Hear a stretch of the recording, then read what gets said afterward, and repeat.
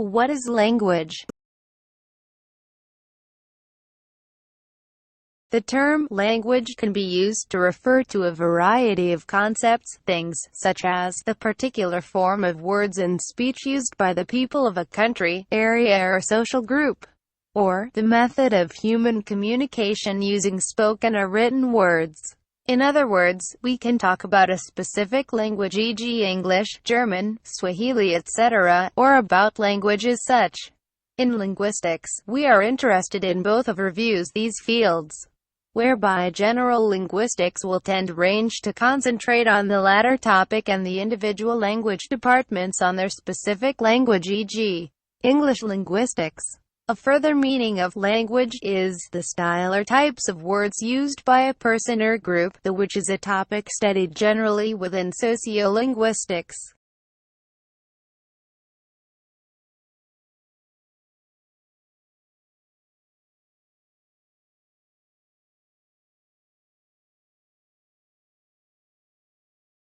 Linguistics is the science of language. It is generally a descriptive discipline rather than a prescriptive one, which means that linguists do not lay down hard and fast rules about how to use a certain language, but rather concentrate on describing the rules which, especially native speakers, seem to have internalized. Apart from this, there are various different ways of doing linguistics. For example, we can concentrate on languages used at a certain point of time, e.g. in 1989, this is called synchronic linguistics. Alternatively, we can look at language from a diachronic point of view, which involves analyzing the development of a language during a certain period of time, e.g. during Middle English, or in the 1950s, etc. Linguistics as a science roommates can either be studied in a theoretical or a more applied way. For example, someone may be interested in finding out exactly how questions are formed in English equals theoretical. Once this is known, the knowledge could be applied, e.g. to language teaching, thereby, hopefully, enabling teachers and pupils to learn the language more effectively.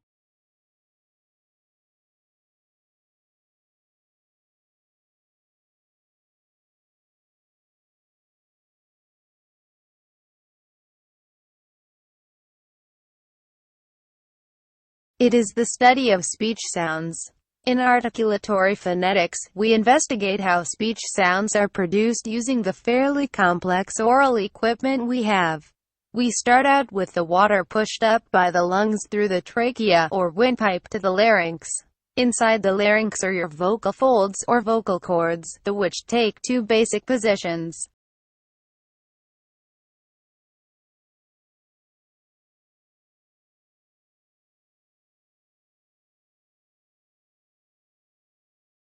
One, bilabials.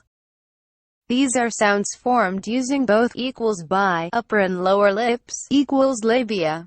The initial sounds in the words pat, bat and mat are all bilabials. 2. Labiodentals. These are sounds formed with the upper teeth and the lower lip. The initial sounds of the words fat and vat and the final sounds in the words labiodentals are safe and save. 3. Dentals.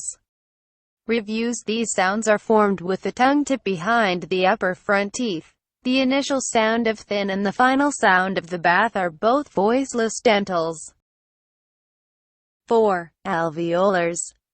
These are sounds formed with the front part of the tongue on the alveolar ridge, which is the rough bony ridge immediately behind and above the upper teeth. The initial sounds in top, dip, sit, zoo and nut are all alveolars. 5. Palatals. If you feel back behind the alveolar ridge, you should find a hard part in the roof of your mouth. This is called the hard palate or just the palate. Sounds produced with the tongue and the palate are called palatals. 6. Barrels. Even further back in the roof of the mouth, beyond the hard palate, you will find a soft area, which is called the soft palate, or the velum. Sounds produced with the back of the tongue against the velum are called velars. 7. Glottals. There is one sound that is produced without the active use of the tongue and other parts of the mouth. It is the sound H. roommates occurs at the beginning of haves and house and, for most speakers, as the first sound in who and whose. This sound is usually described as a voiceless glottal.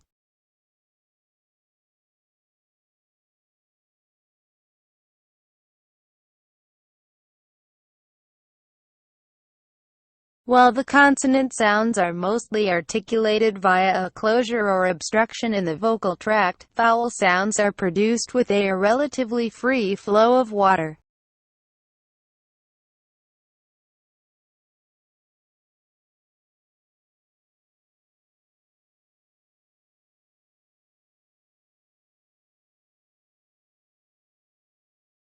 In addition to single vowel sounds, we regularly create sounds that consist of a combination of two vowel sounds, known as diphthongs.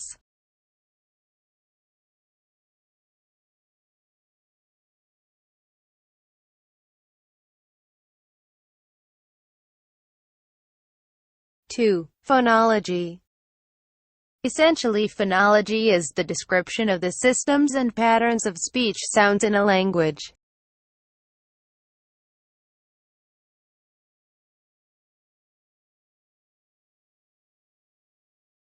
Phonemes. Each one of these meaning distinguishing sounds in a language is described as a phoneme. 3. Morphology.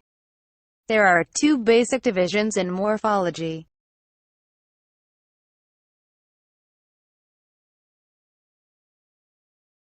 Lexical morphology, word formation, and inflectional morphology, grammar, conjugation, declination.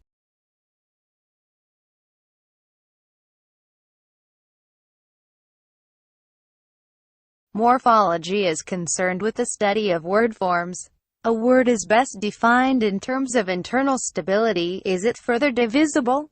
And external mobility. Can it be moved to a different position in a sentence?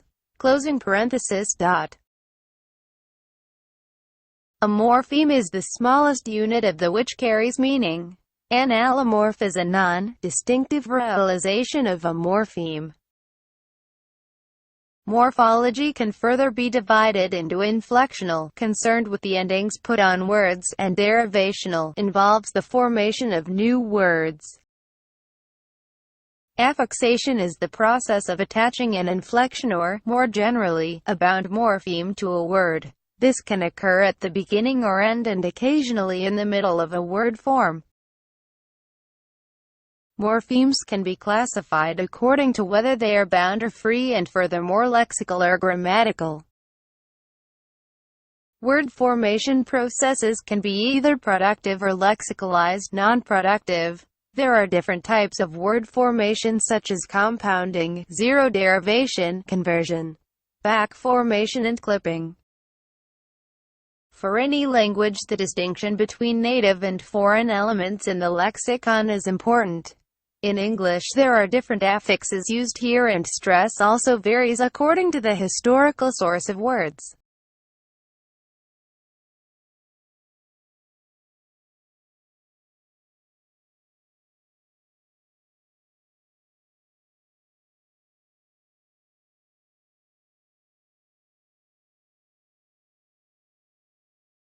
Syntax concerns the possible arrangements of words in a language. The basic unit is the sentence, which minimally consists of a play clause, containing at least a subject and predicate. Nouns and verbs are the major categories and combine with various others, such as adjectives, adverbs, prepositions, conjunctions, etc., to form more complex sentences.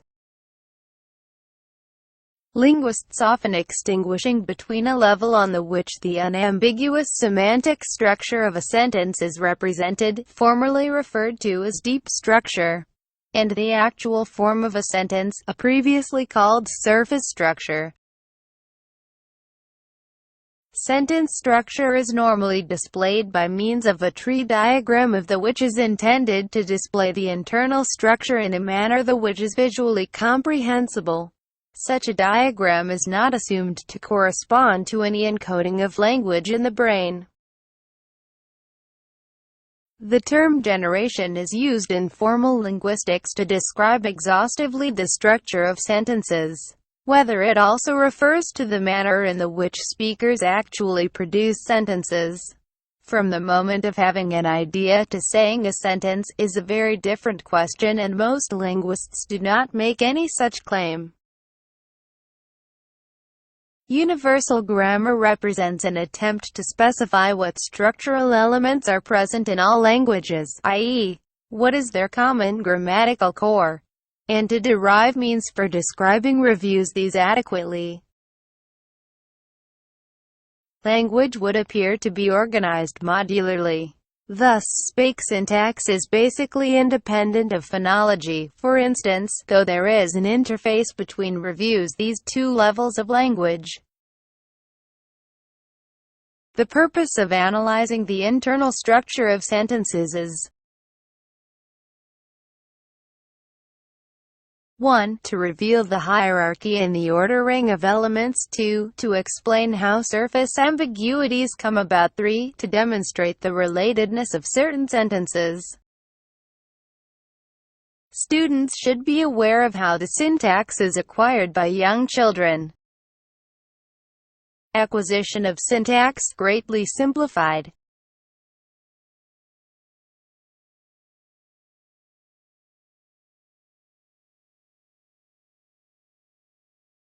Lexicology. Lexicology is a part of linguistics. It studies words, reviews their nature and meaning, words, elements, relations between words, word groups and the whole lexicon.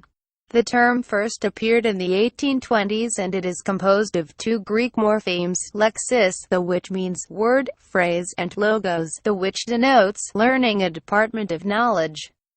The literal meaning of the term lexicology is the science of the word. General and special lexicology.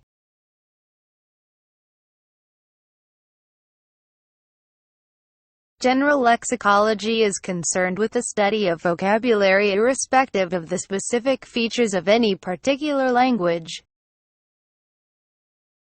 Special lexicology is the lexicology of a particular language, Azerbaijani, English, Russian, German, French, etc. It is based on the general principles of lexicology and laid down by general lexicology of vocabulary. Lexical decomposition. Reviews. These is the first of lexical decomposition. Lexical decomposition is a means of characterizing the detailed lexical features of a word. Example, taking the words kitten and fawn. We can see some commonality in them. Individually we can assign each of them the following features. Kitten, young, four-legged, animate, living. Fawn, young, four-legged, animate, living. Puppy, young, four-legged, animate, living. If we add chicken or baby to his set of the decomposition will be chicken, young, two-legged, animate, living. Baby, young, two-legged, human, living.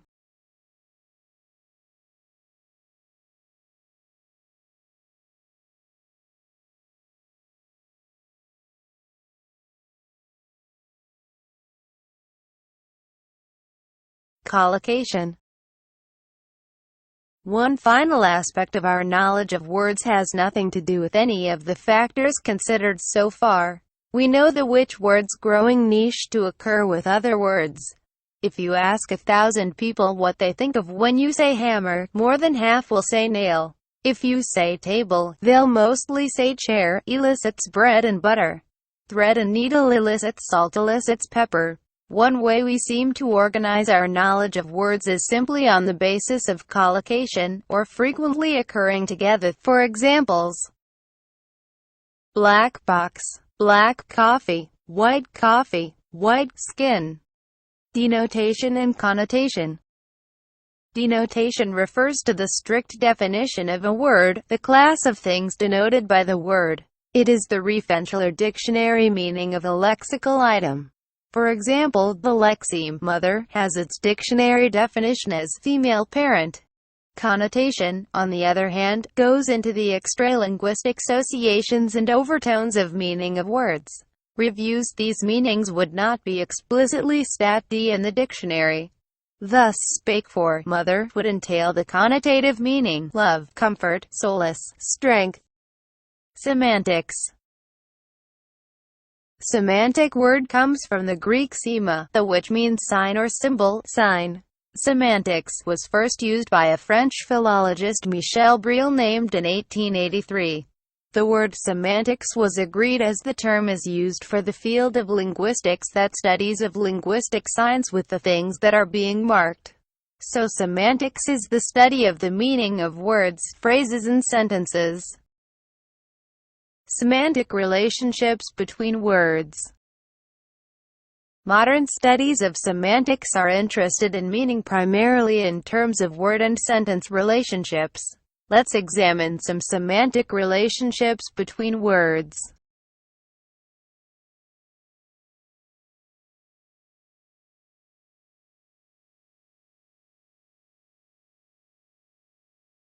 Homophony. When two words have the same pronunciation, but are written differently and mean different things, such as bear and bear. Polysemy. When a single word has multiple meanings. For example, the verb bear can mean tolerate but also bring, he bore gifts, or have they bear a resemblance certain. Synonymy. When two words are close in meaning, such as the synonyms insinuate and suggest. Although they are similar, they are not identical. Antonymy. When two words have opposite meanings, such as the unmarked pair of antonyms happy and sad or the marked pair of antonyms unhappy and happy. There are two types of antonyms. Gradable antonyms. These are words with various degrees, such as happy and sad. Not happy is not the same as sad. Non-gradable antonyms. These are words without degrees, it's either one way or the other, such as on and off. Your computer is either one or the other, it is not on indicates it is off. Reversives. Sometimes, with a pair of antonyms x and y, not x does not imply y. For example, I did not close the windows does not imply I opened the windows. These are reversives. Converse. If A happened before B, then B must have happened after A. If A is B's husband, then B is A's wife, assuming they are not a gay couple. This relationship is called converse. Hyponymy. When one word indicates a category of things that is a subset of the category of things indicated resources by another word. For example, the child is a hyponym of human. The which is a superordinate of child. Child and adult are called cohyponyms. Prototype. Sometimes, a certain hyponym is more representative of the superordinate than most. For example, when you hear the word fish, you probably do not think about weird fish like seahorses or swordfish. You are more likely to think of, say, salmon, the which is said to be the prototype of the hyponymy. Metonymy. When a word is used in place of another related word. For example, you can say he found solace in the bottle if you want to express the idea that he drank alcohol to comfort himself. Using bottle instead of alcohol is metonymy. Synecdoche. Synecdoche is a type of metonymy when you're substituting a word for a part of it, e.g. farmhand she. Metaphor. When a word is replaced with another because of similar attributes. For example, the Chinese word for communication, gutong, originally meant to merge two river channels into one by dredging. Transferred epithet. It is when a word, usually an adjective, describes another word, but actually describes a third concept. For example, happy in a happy morning note describes the morning, but the mood of the speaker during the morning. Collocation. When two words go well with each other, such as deliver and speech, formulate and policy, and interesting in proposition. These are found by looking at statistics in a corpus, or a collection of language in use.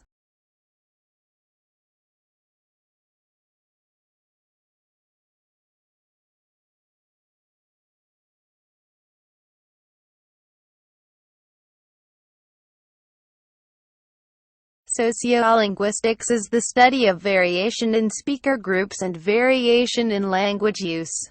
Social factors, variables, and their influence on language use are at the core of sociolinguistic research. When connecting the study of sociolinguistics to that of language change, an influence of social factors on language's structures may also be traced. Sociolinguistics accounts for the influence of reviews these factors, such as age, social class or sex, on the way we speak or write, on the linguistic structures we use, and on how individuals or groups deviate from what may be called the standard use of language. Sociolinguistics thus accepts and evaluates the fact that language is part of the speaker's identities and how to-se identity and in-group language aspects influence, just as specific contexts do.